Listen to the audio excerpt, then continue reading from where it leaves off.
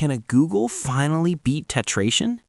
You've probably seen this number before. This is called a Googol. It's 10 to the 100th power, a 1 with 100 zeros. It's an insanely large number that YouTubers use to show you how big certain things are. But today, it steps into the ring with something else. 3 tetrated to 4.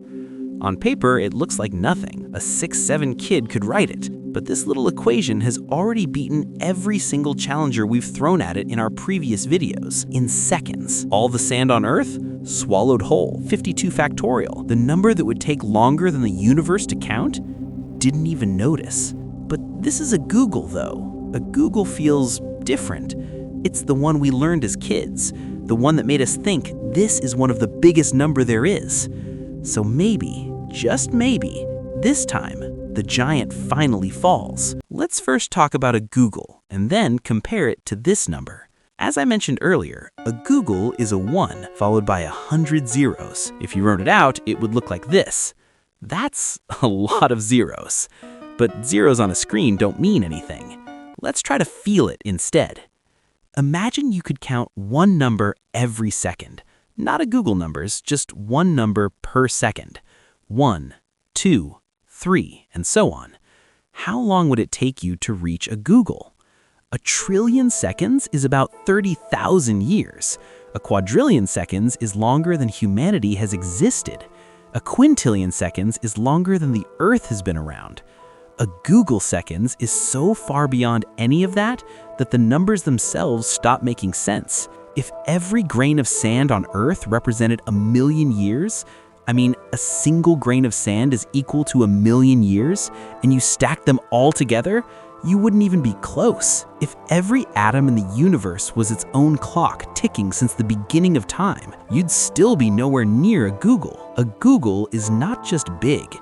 It's the kind of big that makes the universe feel like a rounding error. Surely something that big can't lose, right? Now let's look at the other side of the ring. 3 tetrated to 4. A tower of 3s. 3 to the 3 to the 3 to the 3. A Googol has 100 digits. You can write it on a napkin. You can frame it on your wall. 3 tetrated to 4 has approximately 3.6 trillion digits. Let me put that in perspective.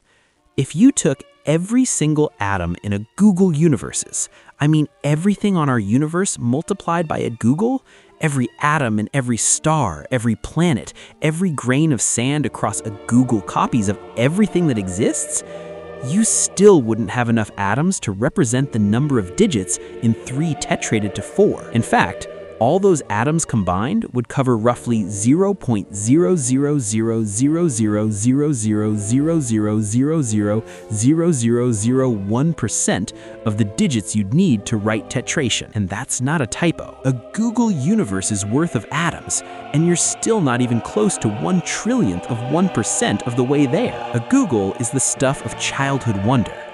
3 tetrated to 4 is something else entirely. It's not just bigger. It exists in a completely different category of size. So when I say a Googol might win, I want to believe it. I really do. But numbers this size don't play fair.